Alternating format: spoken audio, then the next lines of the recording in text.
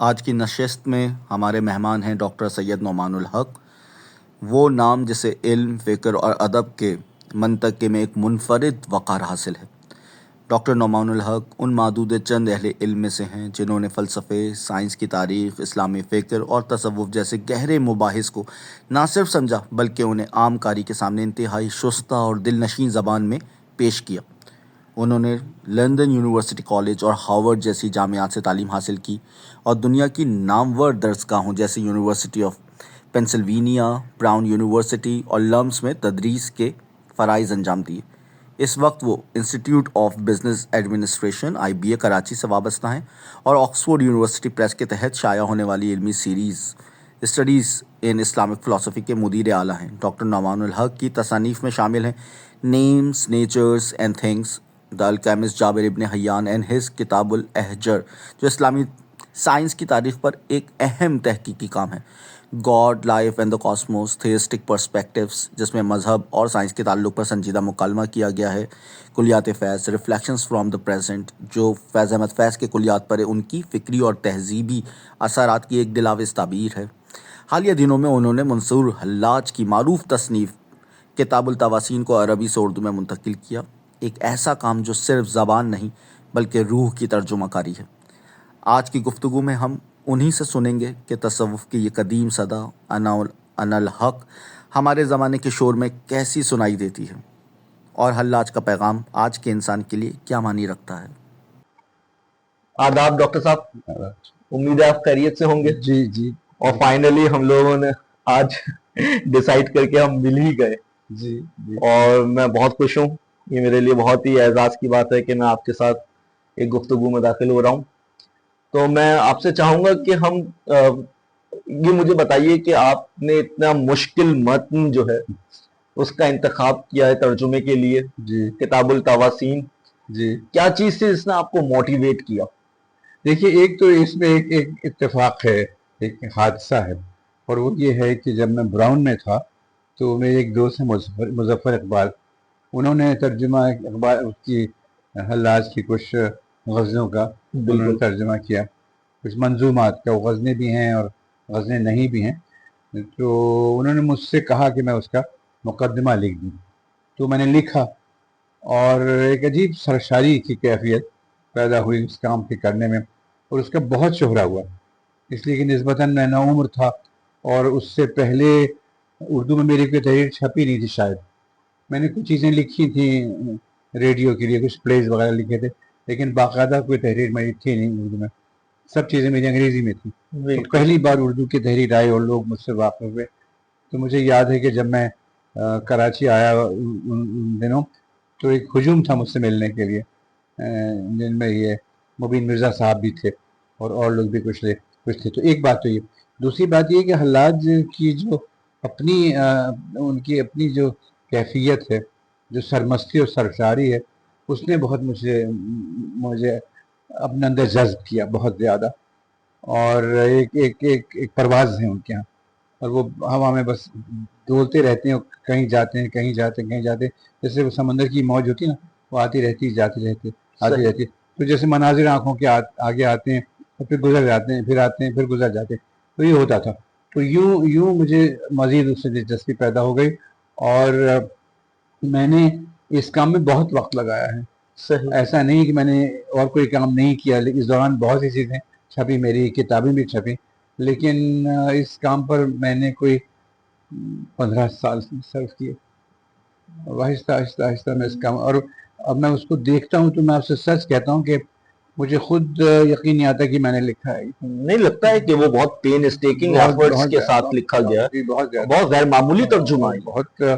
بہت عرصہ لگا، میں نے لگایا اس میں بیٹھا رہا، میں نے چھپوایا نہیں، کچھ حصے اس کے چھاپے تھے آصف فروخی صاحب نے دنیا آزاد میں، جی، لیکن وہ ناقص تھے، اس میں گڑبڑ ہو گئی تھی، بہت سی غلطیاں تھیں پروف کی، لیکن پہلی بار باقاعدہ یہ اب چھاپا ہے انہوں نے، پوری نورانی نے دانیال سے۔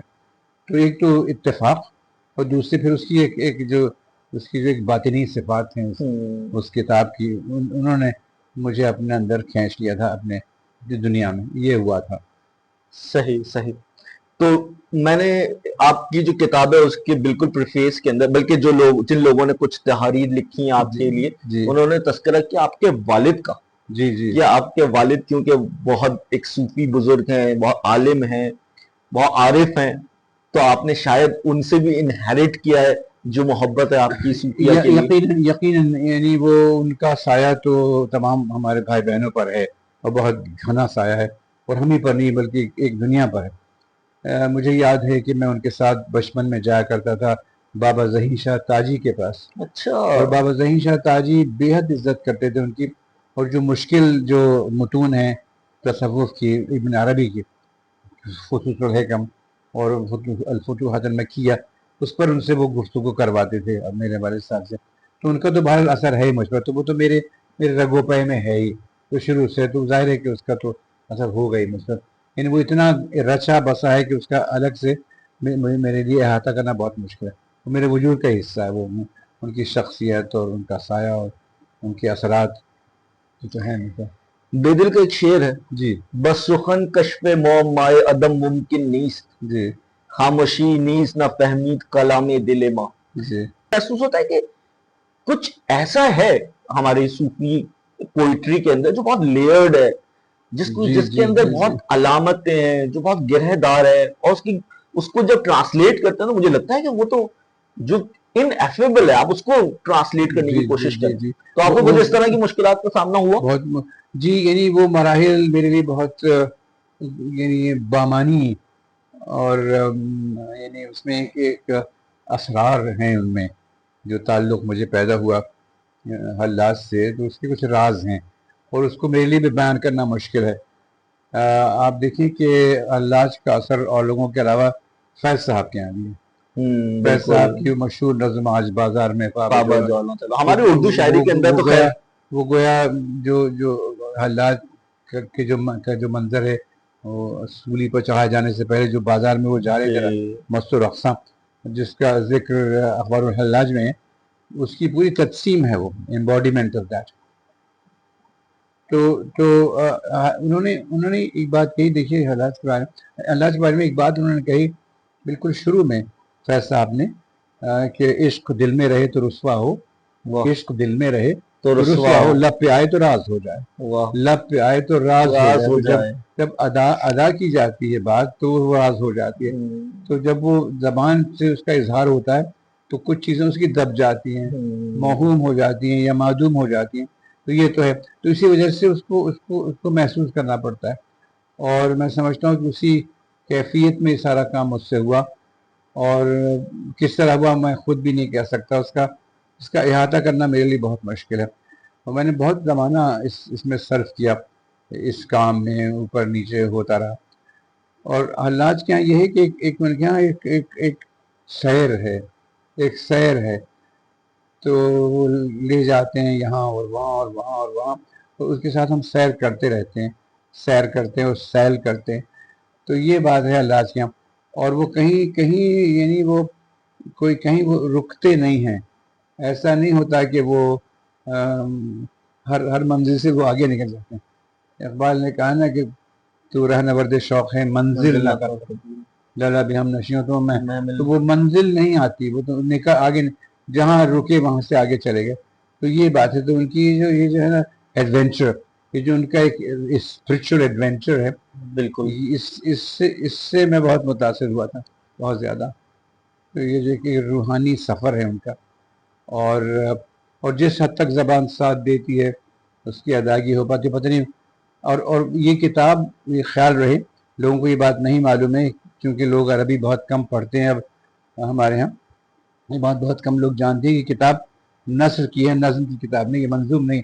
میں نے اس کا ترجمہ ایسا کیا جیسے یہ نظم ہو، ایسا نہیں، بلکہ وہ میں نے، میرا بھی تاثر یہی تھا. نہیں نظم نہیں، وہ نثر ہے. اور میں نے اس کو اس طرح اسکین کیا ہے، اور اس میں نے کوئی تبدیلی بالکل نہیں کی، صرف میکینیکلی میں نے اس کو اسکین کیا ہے. جہاں بات مکمل میں نے کاٹ کے نیا جملہ بنا دیا، پھر جہاں وہ سر بدلا میں نے نیا جملہ شروع کر دیا. تو میں نے اس میں کوئی تبدیلی نہیں کی، قطعی میں نے اس میں اضافہ نہیں کیا. مجھے کیا حق ہے کہ میں ان کی تحریر میں تحریف کروں.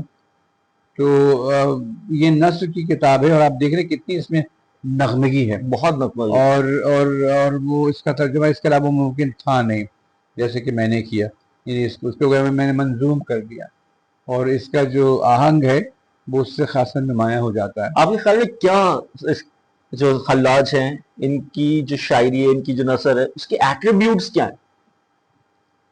جو ایک بات تو میں نے جو کہی نا کہ اس سے جو ہے نا وہ تخیل آزاد ہو جاتا ہے، تخیل آزاد ہو جاتا ہے، لبریشن آف امیجنیشن. یعنی ایک چیز ہوتی ہے کہ تصور کو، تخیل کو تسکین پہنچائی جائے، ٹو سیٹسفائی امیجنیشن. جیسے کہ بچوں کی کہانیاں ہوتی ہیں تو اس میں ڈویلٹی ہوتی ہے، ایک پری ہے بہت اچھی ہے اور دیو ہے بہت خراب ہے نا، اس میں ایک ڈویلٹی ہوتی ہے، بیچ میں نوانسز نہیں ہوتے.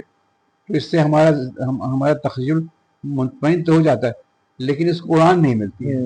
تو ان کے یہاں اڑان مل جاتی ہے اس میں کہ ہم آزاد ہو جاتے ہیں، اور کوئی ایسا طے شدہ اس کی منزل بھی نہیں، ہم اڑان میں رہتے ہیں. تو یہ بات ہے. اور یہی اصل میں دیکھیے ہمارے تصور میں یہ بات ہے کہ خدا کی تلاش ہوتی ہے، خدا مل تو پاتا نہیں ہے، جیسے کہ منطق الطیر میں ہے عطار کے ہاں کہ وہ 30 پرندے ہیں، وہ نکلتے ہیں تلاش میں سی مرغ کی، تو ان کو اندازہ ہوتا ہے کہ وہ خود ہی سی مرغ ہیں. تو وہ ان کے لیے یہ ایسی جدوجہد ہے جس میں کامیابی حصول ہو نہیں سکتا، حاصل کبھی، اس لیے کہ خدا تو ہم بن نہیں سکتے. قطرہ دریا میں نہیں مل سکتا، اور اگر قطرہ دریا میں مل جائے تو قطرہ نہیں رہتا. اگر کوئی یہ دعویٰ کرے کہ دیکھو میں دریا بن گیا ہوں، تو کیسے دعویٰ کرے، اس لیے کہ قطرہ تو اس کا تو وجود ہی نہیں رہا، اس کا تو وجود ہی نہیں رہا. تو یہ بات ہے کہ ایک عمل جاری رہتا ہے، اور اس میں کامیابی، اس کا نتیجہ برآمد ہو ہی نہیں سکتا. تو ایک مسلسل ایک کوشش اور ایک کاوش. آپ کو لگتا ہے کہیں اوور لیپ کرتے ہیں کچھ فلوسافیکل آئیڈیاز؟ جیسے ہم کینٹ کو جب پڑھتے ہیں تو وہ کہتا ہے کہ ایک فینومینل ورلڈ ہے، ایک نومینل ورلڈ ہے، اور ہماری جو ہم لمیٹڈ ہیں یا ہم ریسٹرکٹڈ ہیں بس فینومینل ورلڈ ہے، ہم اس کی رسائی. تو اسی طرح مجھے کچھ جب میں پڑھ رہا تھا جو دائروں کی بات کی ہے توسیم کی، مجھے وہ کافی بہت مماثلت محسوس ہوئی مجھے وہاں پر، کہ حقیقت تک ہماری رسائی بیسیکلی ہو ہی نہیں سکتی، جیسے ابھی آپ فرما بھی رہے تھے. جی کیا آپ کو لگتا ہے ہاں کچھ ان کے درمیان سملیرٹیز ہیں، ریسیمبلنسز ہیں؟ ہوگی، مطلب انسانی خیالات کی حدود تو ہوتی نہیں ہیں، تو ایک خیال جو وہاں پیدا ہوا یہاں بھی پیدا ہو سکتا ہے. ایک انسانی صفت ہے.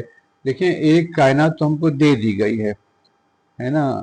میری آنکھیں کھلتی ہیں تو مجھے ایک کائنات مل جاتی ہے. ایک کائنات میں خود بناتا ہوں، ہے نا، ایک پیرلل یونیورس بناتا ہوں. بالکل. Given universe and there is a parallel universe. تو اب یہ کہ یہ پیرلل یونیورس کی تعمیر ہے نا، یہ ایک دنیا اور بنا دیں، اور وہ دنیا ایسی ہے کہ جس میں قرار نہیں، جس میں قیام نہیں. بالکل، جس میں قرار و قیام نہیں ہے، بلکہ سمندر کی موج کی طرح وہ آتی جاتی. اور یہی کچھ اسی طرح کی، اگر میں اس کو یعنی صوری اعتبار سے بیان کروں، ویژولی بتاؤں، تو ایسا ہی ہے حالات کے ہاں کہ جیسے منظر آتے ہیں اور گزر جاتے ہیں، منظر آتے ہیں اور گزر جاتے ہیں. اور ان آنے جانے کے دوران جو سکتہ ہوتا ہے، جو لمحہ ہے اس کا سکوت کا، اس سے عجیب کیفیت پیدا ہوتی ہے نا. اس کے آنے جانے میں جو سکوت پیدا ہوتا ہے کہ in the moments that intervene, things come and things go, and there are moments that intervene. ان انٹروننگ مومنٹس میں عجیب طمانیت حاصل ہوتی ہے. اس کے دوران جو ہے نا جو سکوت کا لمحہ ہے، وہ بہت ہی بامانی چیز ہے. صحیح. جی چلیے اب یہاں سے ہم گفتگو کو تھوڑا سا اور ایک ٹرن دیتے ہیں. آپ مجھے یہ بتائیے، آپ مضامین لکھتے ہیں ڈان کے اندر بھی اور دیگر حوالوں سے، آپ کی کتاب بھی ابھی ریسنٹ پبلش بھی ہوئی ہے. تو میں چاہوں گا کہ آپ ذرا یہ بتائیے کہ مجھ سے آپ فرما بھی رہے تھے کچھ دیر پہلے جب ہم گفتگو کر رہے تھے کہ یہ دعویٰ کے جو ناول ہے وہ بیسیکلی، یہ تھوڑا سا ہم ٹرن لے رہے ہیں، لیکن میں کیوریس ہوں اس بات کو ذرا سمجھنے کے لیے کہ کیسے ناول جو ہے وہ 18ویں 19ویں صدی کی بیسیکلی پروڈکٹ نہیں ہے، بلکہ وہ اس کی جو جڑیں ہیں وہ کہیں جا کے ہمارے ادب یا داستانوں سے جا کے ادب اور داستانوں سے ملتی ہیں. دیکھیے ایک بہت بڑی بدقسمتی یہ ہوئی، اور یہ عالمی میراث کے ساتھ ہوئی، مجھے یہ نہیں کہنا چاہیے کہ یہ ثقافت ہماری ہے اور یہ ثقافت مغرب کی ہے، بلکہ ایک عالمی ثقافت، ورلڈ لیگیسی، ورلڈ لیگیسی. تو اس میں ایک بہت تکلیف دہ بات یہ ہوئی کہ یہ جو عربی جو پس منظر تھا اس سے کٹ گئے ہیں لوگ، اس سے قطعی واقف نہیں ہیں. اب مثلا یہ کہ ایک دفعہ مجھے یاد ہے کہ مجھے کسی نے فون کیا کہ ہم بات کرنا چاہتے ہیں اقبال پر دانتے کے اثر کی، اقبال پر جو اثر ہے دانتے کو، اس پر گفتگو کرنا چاہتے ہیں. تو میں نے کہا کہ پہلے تو یہ سوال ہے کہ اثر ہے بھی کہ نہیں. یہاں بات بالکل اس کے برعکس ہے، میں بہت ذمہ داری سے بات کہہ رہا ہوں کہ دانتے نے استفادہ کیا عربی مواد سے. یہ ابوالعلا مارری سے چیزیں لی ہیں انہوں نے، ابن سے چیزیں لی انہوں نے، اور خاص طور سے یہ جو معراج کا واقعہ ہے، کتاب المعراج، یہ لیٹن میں موجود تھی، انہوں نے وہ دیکھی تھی، تو ان پر بہت اثر ان چیزوں کا. اور بعض جگہ تو اتنی مماثلت ہے، یہ ابوالعلا مارری کتاب الغفران اور یہ ان کی ابن طفیل کی ہے ابن یقظان، لفظ بلفظ معلوم ہوتا ہے کہ انہوں نے وہاں سے لیا ہے اس کو.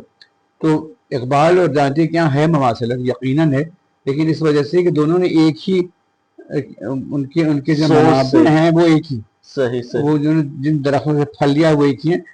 اقبال نے دانتے سے نہیں لیا بلکہ انہوں نے الٹیمیٹلی وہاں سے لیا. تو یہ اس بات سے ہم واقف نہیں ہیں کہ اتنا لٹریچر ہے اس کے اوپر، اتنا لٹریچر ہے اس کے اوپر، کتاب المعراج اور ابوالعلا مارری اور ابن طفیل، لوگ قطعی سے واقف ہیں. اب ڈان کیہوٹی ان کے بارے میں مضمون ہے میری کتاب میں کہ ڈان کیہوٹی جو دنیا کا سب سے بڑا ناول سمجھا جاتا ہے اور سب سے پہلا ناول سمجھا جاتا ہے، اس کی جڑیں تو مقامات لٹریچر میں ہیں، جس مقامات حریری بہت مشہور ہے، اور اسی سے پھر یہ سب داستانیں پھوٹی ہیں نا، امیر حمزہ اور کیا نام ہے یہ جس میں ہوشربا، وہی کہ وہ ایڈونچرز آف این انڈیویژل، ایک انڈیویژل ہے اس کے ایڈونچرز میں، وہ جاتا ہے کہیں اپنی چرب زبانی سے کام نکال لیتا ہے، چیزیں نکال لیتا ہے، لوگوں کو دھوکہ دے دیتا ہے، فائدہ اٹھاتا ہے. یہ سب جس کو پیکیرس کہتے ہیں، پیکیرس لٹریچر، کہ ایڈونچرز آف اے روگ، آف اے لائکیبل روگ از ویری لائکیبل. تو یہی ڈان کیہوٹی کیا ہے، ڈان کیہوٹی کی جڑیں جو ہیں عربی میں ہیں. بلکہ یہ بات بہت سے لوگوں کی نمائش تھی کہ ہمارے لوگ پڑھتے تو ہیں نہیں. خود اس کے مصنف نے سیروانتس نے یہ بات کہی ہے کہ یہ تو عربی داستان ہے. یعنی وہ ہو سکتا ہے کہ انہوں نے جیسے لف لیلا میں کہانی کے اندر کہانی ہوتی تو وہ فکشن بنایا ہو، لیکن یہ بات لکھی ہے کہ تو میں جا رہا تھا کہیں ٹولیڈو میں، تو میں نے دیکھا ایک بچہ پرانے کاغذات لے کے جا رہا، یہ ڈان کیہوٹی میں ہے، تو مجھے شوق ہوتا ہے پرانے کاغذات کا، تو میں نے اس سے کہا مجھے دو، تو وہ دیکھا تو عربی میں تھا وہ. تو وہاں مجھے نظر آئے وہ مورس کو، یعنی وہ مسلمان جن کو زبردستی عیسائی کر دیا گیا تھا، تو میں نے اس سے کہا تو پڑھو، تو اس نے پڑھنا شروع کیا، تو یہ داستان نکلی اس میں سے. یہ ہے اس میں ہی کلیمز، یعنی سیروانتس یہ کہتے ہیں کہ عربی داستان کا ترجمہ میں کر رہا ہوں. صحیح. اب وہ چاہے ہسٹوریکلی درست ہو یا نہ، لیکن دیکھیں نا یہ دعویٰ کی عربی داستان ہے، تو لوگ اس سے واقف ہی نہیں ہیں. تو یہ جو خلیج پیدا ہوئی ہے نا، جو میراث سے لوگ کٹے ہیں، اور عربی جاننے والے تو بہت کم ہے، اکا دکا دو تین نام میرے ذہن میں آتے ہیں، ورنہ کون ہے. فارسی تو پھر بھی لوگ جانتے ہیں لیکن عربی نہیں جانتے. تو یہ پوری میراث اتنا بڑا لٹریچر سے لوگ قطعی واقف نہیں ہیں. بالکل یہ بہت دکھ کی بات ہے، بہت دکھ کی بات ہے. اور میں یہ بات کہتا ہوں، اور یہ بات میں پھر کہہ دیتا ہوں کہ our ultimate problem is an intellectual problem. بالکل. Our ultimate problem is not an economic problem or political problem. It is an intellectual problem. We don't know who we are. ہم پتہ ہم ہیں کون، جا کہاں رہے ہیں، ہوا میں معلق ہیں، ہوا میں معلق ہیں، کوئی اینکریج نہیں ہے. Where do we anchor ourselves؟ ہم ہیں کون، ہمیں نہیں پتہ ہے. اور یہ میری ذمہ داری ہے کہ مجھے معلوم ہو کہ میں کون ہوں، اس لیے کہ میں انسان ہوں، مجھ میں فہم ہے، عقل ہے. I have intellect. I need to know. A donkey might not need to know who its forefathers were, but I need to know who my forefathers were and how I got here. تو یہ بات ہے کہ یہ ہماری ذمہ داری، یعنی انسانی ذمہ داری ہے، انسانی فکر ذمہ داری ہے کہ ہمیں معلوم ہے کہ ہم ہیں کون، اور یہ ہم کو معلوم نہیں ہے. اب جو اصطلاحات ہیں ہماری، ان کا ترجمہ ہوتا ہے غلط سلط ہوتا ہے، اور پھر اس سے غلط راہیں پیدا ہوتی ہیں. اب جیسے جو ہمارے علماء ہیں ان کو کلرجی کہتے ہیں، وہ کلرجی تو نہیں ہے، اس لیے کہ کوئی آرڈینمنٹ کا کوئی پروسیس ہے نہیں. پھر ہم لوگ آرتھوڈاکسی کہتے ہیں، آرتھوڈاکسی کا تعلق چرچ سے. آرتھوڈاکسی تو آفیشیل ٹروتھ کا نام ہے، جو چرچ پروملگیٹ کرتا ہے، جو چرچ بیان کرتا ہے، وہ ہے آرتھوڈاکسی. ہمارے ہاں کوئی چرچ تو ہے نہیں، کوئی عالم کچھ کہتا ہے، کوئی کچھ کہتا ہے، کوئی کچھ کہتا ہے. خود ہمارے حدیثوں کی آپ جانتے ہیں 6 صحیح حدیثیں، اور وہ ایسی ہیں کہ ان کو اس کا ترجمہ اس کی جمع بنا دی گئی، صحاح کہتے ہیں. کریکٹ 6 کریکٹ، صحاح 6 کریکٹ 6، اور ان کے ورژن الگ الگ ہیں، کہیں کچھ نہیں. تو اس میں ایک پلورلٹی تو شروع سے تسلیم کی گئی ہے نا. تو یہ بات لوگ بالکل نہیں جانتے. اور ایک صاحب ابھی میں گیا تھا، یہ جو ان کا سول سرونٹس کا ادارہ ہے جس کو اب لوگ کہتے ہیں نیشنل مینجمنٹ کالج، پہلے کہتے تھے اس کا کچھ اور نام تھا، سول سروس اتھارٹی کا کچھ اور نام تھا اس کا. تو وہاں یہ بیٹھے ہوتے ہیں بہت سینئر سول سرونٹس، آئی جیز اور ایمبیسڈرس اور یہ وہ. تو ایک صاحب نے کہا کہ ہم نے اپنے سائنسدانوں کو قتل کر دیا. I mean this is absolutely wrong. اب یعنی اتنی مانگ تھی ابن سینا کی کہ محمود غزنوی ان کے پیچھے لگے ہوئے تھے کہ یہ آ جائیں، اور یہ چھپ کے نکلے وہاں سے کہ یہ نہیں آنا چاہ رہے تھے ان کے پاس واٹ ایور ریزن. تو ابن سینا کی اتنی مانگ تھی. البیرونی ان کے ساتھ مستقل رہے، البیرونی محمود غزنوی کے ساتھ رہے، ان کے ساتھ رہتے ہوئے انہوں نے کتاب الہند لکھی، مثلا سب سے بڑی کتاب ہے انڈیا کے بارے میں ان کی جو کتاب الہند. تو ان لوگوں کی تو بڑی قدر کی گئی. تو یہ جو ایک غلط فہمی کہ ان کو قتل کیا گیا، ان کو نقصان پہنچایا گیا، یہ قطعی غلط ہے. اور اس وجہ سے لوگ اس کو بات کو مان لیتے ہیں کہ ان کی رسائی نہیں ہے نا. بالکل. جو متون ہیں، اصل جو منابع ہیں، ان تک ان کی رسائی نہیں، تھوڑی سی رسائی نہیں، پڑھ ہی نہیں سکتے. اب آپ سے ایک بات میں بتا دوں کہ یہ فیض صاحب کی جو نظم ہے، لازم ہے کہ ہم بھی دیکھیں گے، ہم دیکھیں گے. اس کا عنوان کیا، یہ بات لوگوں کو نہیں معلوم ہے. ویسے تو یاد گلی گلی گاتے پھرتے ہیں، ہم دیکھیں گے اور تاج چھالے جائیں اور تخت گرائے جائیں. اس کا ٹائٹل قرآن کریم کی ایک آیت کا ٹکڑا ہے، وَيَبْقَى وَجْهُ رَبِّكَ وَيَبْقَى وَجْهُ رَبِّكَ وَيَبْقَى وَجْهُ رَبِّكَ ذو الجلال والإکرام. یہ قرآن کریم سے انہوں نے لیا. یہ کسی کو نہیں معلوم. اگر آپ پوچھ لیں کسی بیوی سے جو اپنے دوپٹے پہ لکھے پھرتی ہیں کہ اس کو عنوان بتا دیجیے، وہ نہیں بتا پائیں گے آپ کو. ویسے تو گاتے پھرتے ہیں. تو دس از دا ٹریجڈی. اسی لیے میں کہتا ہوں کہ جو ہمارا جو اصل مسئلہ ہے وہ فکری مسئلہ ہے، وہ معاشی اور سیاسی نہیں، فکری مسئلہ ہے. We don't know. اور اس کی بازیابی ہونی چاہیے. بالکل آپ درست فرما رہے ہیں. اس کی بازیابی ہونی چاہیے. نیو لینگویج، نیو ہیومینٹیز بننی چاہیے. سر بس اب میں ایک اور سوال مجھے خیال آیا کہ ہم حلاج کو پڑھتے ہیں تو حلاج کے حوالے سے یہ بات مشہور ہے کہ انہوں نے ان الحق کا کلمہ کہا، اور یہ کہ ان کو آف کورس بہت اس کے نتیجے میں ایکیوزیشنز کا سامنا کرنا پڑا، اور الٹیمیٹلی ان کو آف کورس وہ کر دیا گیا، مسلوب کر دیا گیا. تو آپ کیا سمجھتے ہیں اس کے کچھ پولیٹیکل ریزنز تھے؟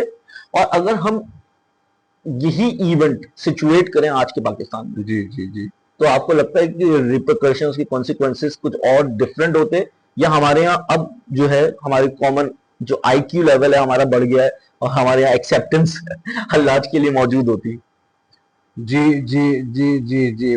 دیکھیے یہ بات میں نے اس میں کی ہے تفصیل سے اپنی کتاب میں کہ وہ سیاسی مسئلہ تھا. جی کیونکہ اور صوفیہ نے بھی ایسی باتیں کی ہیں بلکہ ان سے زیادہ سنگین باتیں کی ہیں. صحیح. باجی بستانی نے سبحانی کہا، پریز بی ٹو می، سبحان اللہ نے سبحانی انہوں نے کہا. ان کے ساتھ کچھ نہیں ہوا. حلاج کے ساتھ وہ ایک سیاسی معاملہ تھا. اس کو بہانہ بنایا، جیسے ہمارے یہاں بہانہ بنایا جاتا ہے، بہانہ بنا کے سزا ملتی ہے یا رد کیا جاتا ہے. تو ان کو وہ سیاسی معاملہ تھا، اور اس بہانے سے بہت ان کو صفاقانہ ان کا قتل ہوا، ہاتھوں کاٹ دے گا یہ وہ. پہلے ایسا کبھی نہیں ہوا. تو یہ بات تو ہے کہ وہ سیاسی مسئلہ تھا، اور آج بھی ہمارے یہی ہوتا ہے کہ پھنسا کے سیاسی معاملات، وہ دین مذہب کی آڑ میں سیاسی معاملات طے کیے جاتے ہیں. جو ہمارے آخر میں چھوٹی سی بات عرض کرتے ہیں جس کے تعلق ان باتوں سے نہیں ہوئی ہے کہ دیکھیے ہمارے زبانیں جو ہیں وہ کتنی آلودہ ہو گئی ہیں. آپ نے لفظ استعمال کہ مسلوب.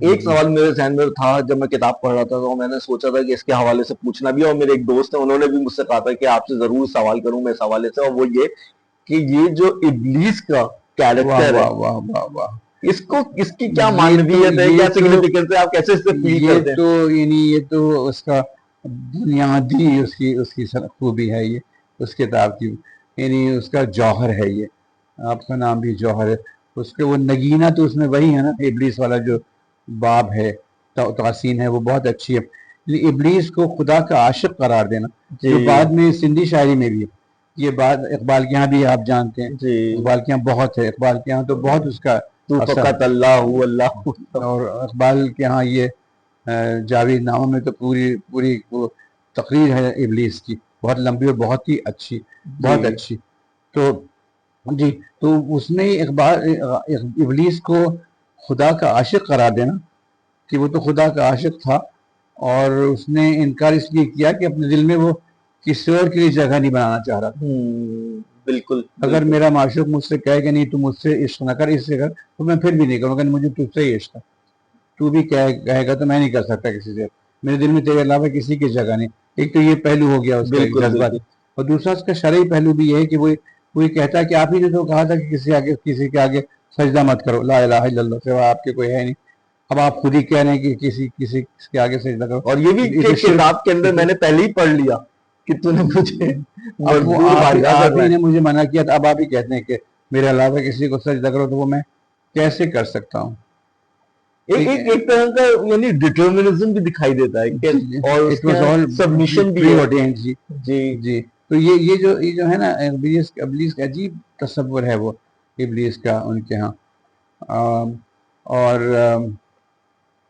اقبال نے کہیں کہا کہ مجھے ایسی دنیا منظور نہیں ہے جہاں یزداں تو ابلیس نہ ہو. ضروری ہے نا کہ تاریکی بھی تو ہونی چاہیے نا، ڈائلیکٹکس. تاریکی نہ ہو تو روشنی کا ادراک ممکن نہیں ہے. بالکل. تو یہ بات ہے. تو انہوں نے ادا کیا نا یہ رول ابلیس نے، کہ دے دیا ایک موقع.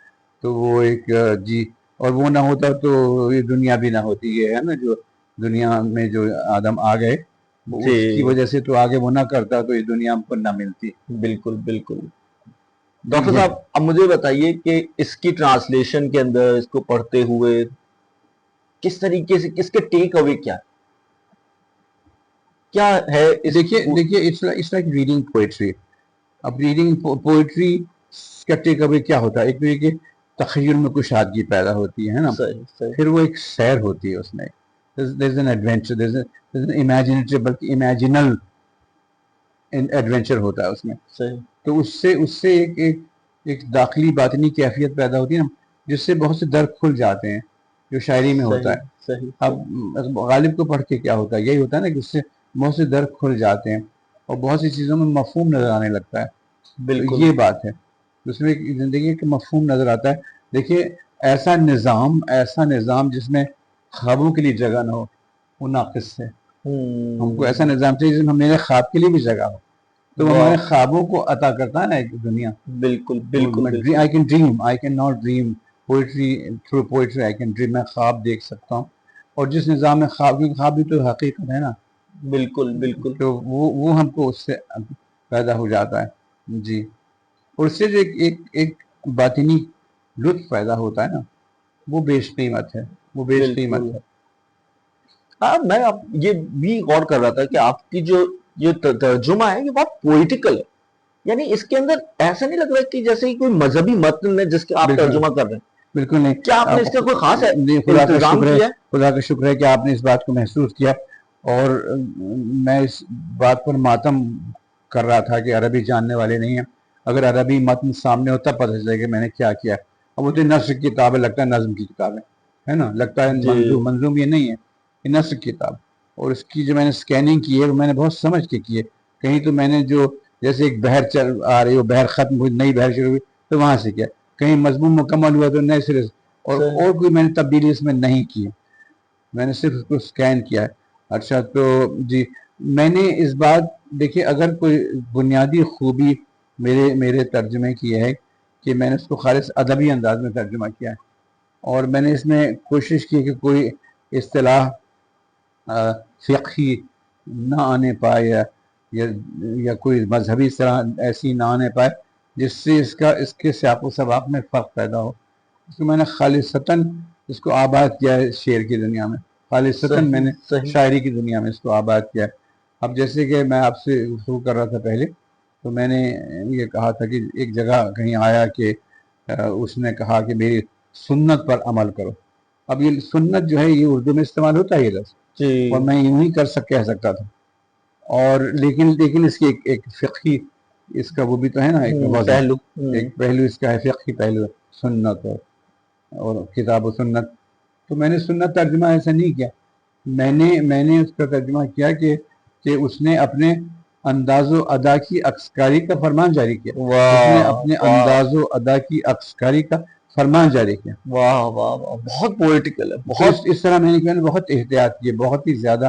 اور جو لوگ عربی جانتے ہیں پھر وہی اس کو سمجھ سکتے ہیں کہ میں نے کیا کیا ہے اس متن کے ساتھ میں نے بالکل اور بھی مقامات ایسے ہیں جہاں میں نے بہت احتیاط کی. اور ساتھ یہ بھی میں نے کوشش کی ہے کہ میں عربی لفظ کا ترجمہ عربی سے نہ کروں, بلکہ عربی کا ترجمہ میں تو فارسی کو لفظ لے کے آؤں یا اردو کو لفظ لے کے آؤں. میں نے عربی کا ترجمہ عربی سے نہیں کیا. جی بہت شکریہ, بہت نوازش آپ کی. میں بہت آپ کو ممنون ہوں کہ آپ نے ہمارے لیے وقت نکالا اور ہمارے ساتھ اس گفتگو میں شامل ہوئے. بہت شکریہ. آپ کا کرم. خدا حافظ. خدا حافظ.